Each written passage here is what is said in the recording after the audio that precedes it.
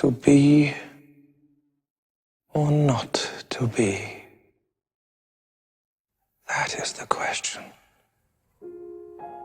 Whether 'tis nobler in the mind to suffer the slings and arrows of outrageous fortune, or to take arms against a sea of troubles, and by opposing end them, to die, to sleep. In the literary discourse, the human condition commonly refers to the range of experiences, emotions, and moral dilemmas that characterize our existence. Love and loss, duty and desire, and the struggle to understand right from wrong. These concerns drive much of the world's greatest literature, none more so than William Shakespeare's Hamlet. Through the play's examination of grief, existential uncertainty, and moral responsibility, Shakespeare demonstrates how individual experiences forge one's decisions and destiny. In Hamlet, Shakespeare prompts readers to sympathize with and understand why people act as they do, urging readers to question whether humans are merely one-dimensional or truly multifaceted beings whose decisions are ultimately affected by the layers of grief, pivotal life experiences, and moral contemplations one goes through, providing an interpersonal understanding of the human condition, past the definition. Ways Shakespeare represents the human condition is through the grief experienced by Hamlet. The 5 stages of grief embody Hamlet's experience with grief: denial, anger, bargaining, depression, and acceptance. Shakespeare creates this character development to represent the human condition and how humans deal with significant life experiences and hardships. As we see Hamlet's life being driven by revenge and hate, which stems from this overwhelming grief. The beginning of the play starts with Hamlet's mourning his father's unexpected passing away, and his mother's immediate remarriage to his new uncle and the new king Claudius. Hamlet is surprised and in disbelief by his mother's remarriage and believes it as a betrayal of his late father, saying, "Frailty, thy name is woman." This represents the first stage, and how Hamlet does not know how to deal with these tragic events. So he represses his feelings and denies the severity of the situation, fixating on the corruption of the circumstance. Holding on to the past, believing the world should not be moving past these events so quickly, and his mother should have stayed loyal to his deceased father. Once Hamlet determines the reason for his father's death, he enters the second stage, which is anger. He resents his mother and resents Claudius for killing his father. He says, "A murderer and a villain, a slave is not 20th part the tithe of your precedent lord." This hatred and resentment grows as he plots to murder Claudius for the corruption that surrounds him. He begins to act mad towards his mother, Claudius, and Ophelia. This grief and rage he is consumed by pushes away all the people who care about him, leaving himself lonely and in eternal torment. Hamlet then enters the bargaining stage, where he attempts to rationalize his hesitation and inaction as he does not kill Claudius in the church, saying, "A villain kills my father, and for that, I, his sole son, do the same villain send to heaven." Hamlet refuses to kill a man who is repenting for the sin of killing his brother, saying he must wait. This hesitation gives Claudius more time to plot against Hamlet, leading to more death and destruction.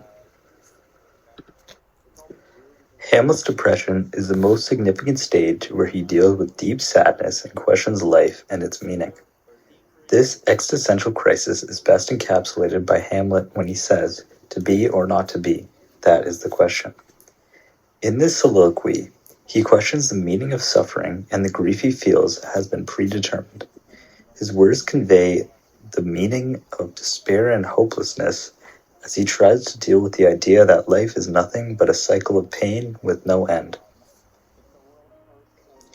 By the end of the play, Hamlet has grown up and accepts the death of his father, understanding it's inevitable. The king's a thing of nothing. Seeing past kings buried next to jesters opens Hamlet's eyes to the answer he has been searching for, understanding that death erases all difference between royalty and commoners. This newfound acceptance allows Hamlet to face his fate peacefully, leading to his and Claudius's death. Hamlet's life is shaped by grief and how he handles it, throughout the play, leading him to denial and rage, to acceptance in the end. This journey Hamlet experienced is reinforced by Kirsch, stating, initially anger at being wounded and abandoned, but fundamentally a protest, both conscious and unconscious, against the inescapable moral condition of human life. This quote tells us Hamlet's grief transformed from immature anger and rage to a profound understanding of morality. Hamlet turned from anger and revenge to serious examination regarding the human state. The literary relationship is Edgar Allan Poe's poem, Raven, as he is well known for his dark and gothic style poems that investigate despair, loss, and madness. Raven is a poem about the grief one faces after losing a loved one and how they come to cope with it. It is very clear this connection with Hamlet and how the poem speaks to how death is inevitable, stating, leave my loneliness unbroken, quit thy bust above my door, take thy beak from out my heart, and take thy from off my door. The narrator wishes for the bird to leave. This symbolizes the unavoidable reality of death, which both the narrator and Hamlet come to understand. Just like the raven refusing to leave, this parallels to Hamlet's journey and how he is unable to escape the truth of his father's death. Hamlet is the sum of his experiences, from his encounter with the ghost of his late father to his tragic demise, each encounter opening new possibilities, with his decisions, actions, and encounters ultimately altering his next. Hamlet didn't have a particularly strong resentment towards Claudius before he learned his true nature, referring to Claudius as a little more than kin and less than kind. Although Hamlet resents Claudius's hasty marriage to Gertrude, he does not yet view him as a criminal. His problems center on Claudius's intrusion into the royal family and his insincerity towards his father's death, rather than on any knowledge of murder. When Hamlet learns of the truth behind his father's death, he immediately erupts into anger, stating, "O villain, villain, smiling, damned villain." Hamlet condemns Claudius as a villain who conceals his evil behind a smiling facade. The juxtaposition of Hamlet's view of Claudius before and after experiencing this event displays how pivotal revelations alter perspective within one. The event acts as a catalyst for Hamlet's next action, the plot to kill Claudius. Due to this plot, we see a layer to Hamlet's human nature. Literary critic Joseph Carroll describes Hamlet's psyche as thinking, not acting, is what mostly happens in Hamlet. Hamlet sometimes thinks about why he does not act and berates himself for not acting, but more often he is just thinking about the fickleness of woman and the perfidy of men, about the purpose and techniques of drama, about mortality, the transience of life, eternity, and the human nature. Driven by impulsive rage, Hamlet accidentally kills Polonius in Gertrude's chamber, a turning point in his revenge plot.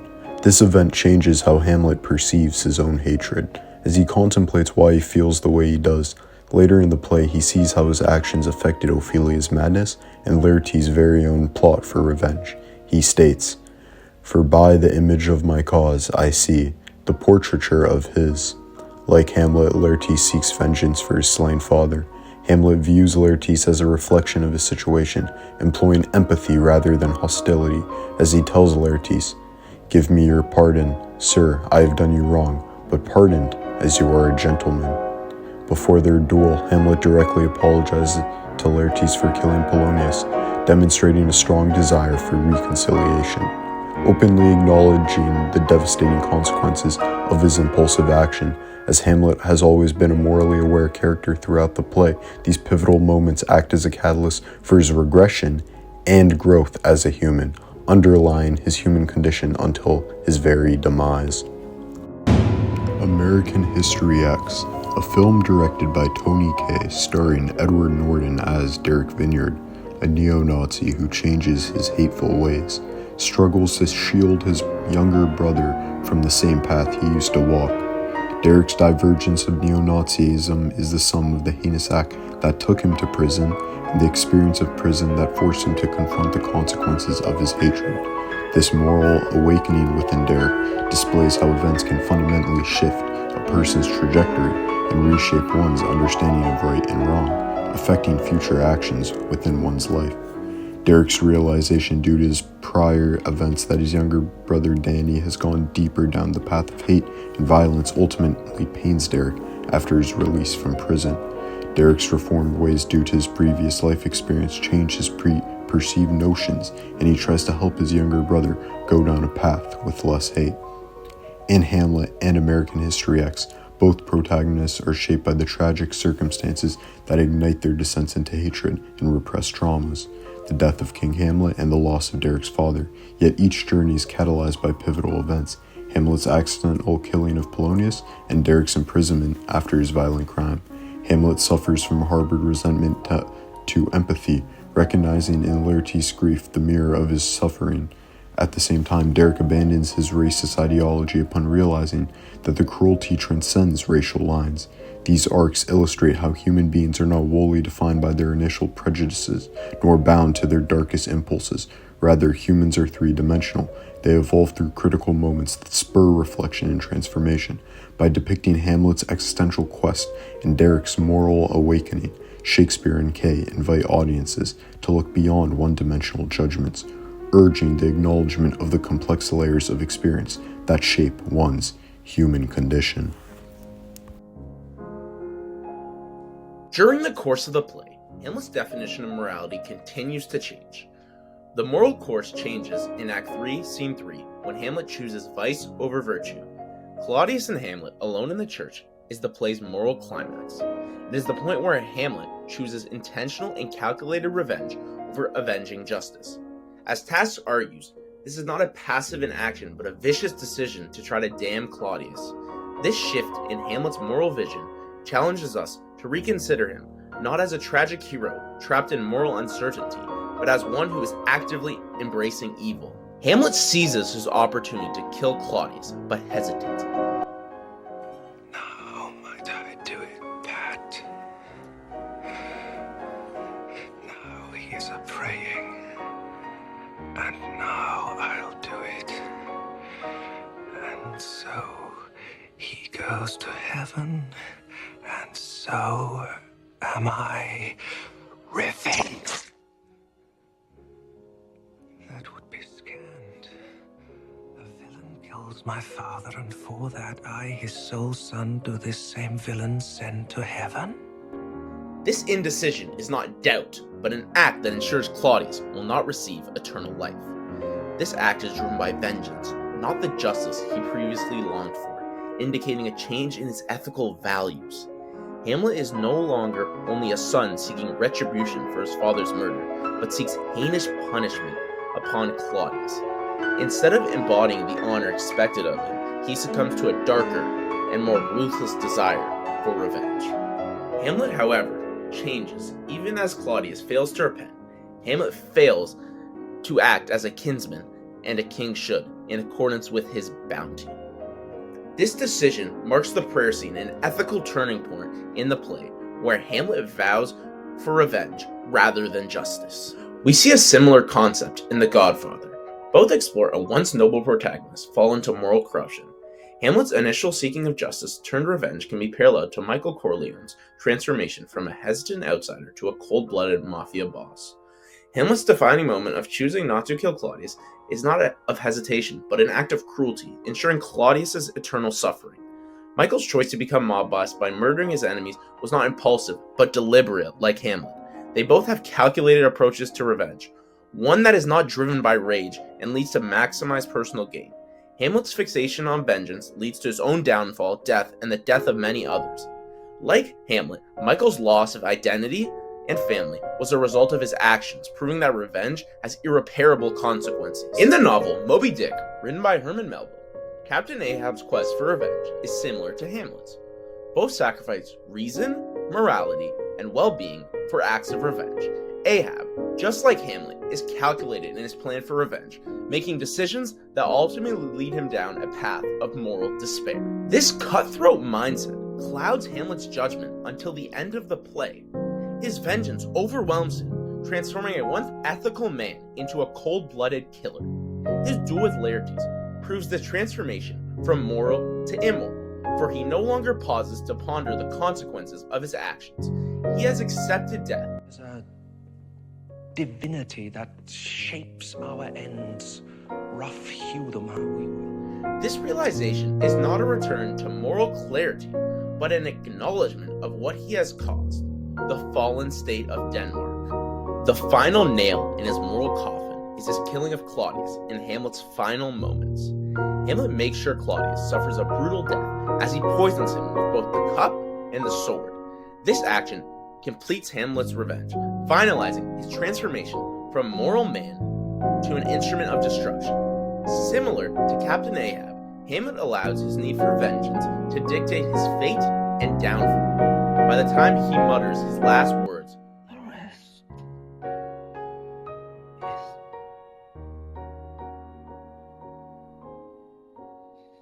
is silent. his quest for justice has been deserted. Hamlet is not the triumphant avenger of his father, but one who has been consumed by the revenge they desire. Go. Bid the soldiers shoot.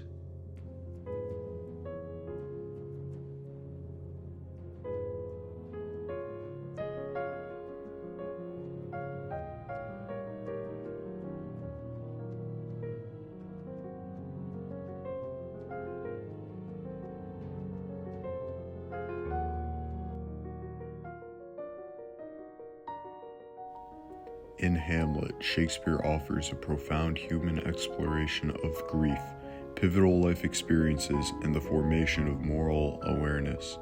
Hamlet's transformation from grief to vengeance shows how we, as human beings, are shaped by our experience and moral decisions rather than by mere impulses.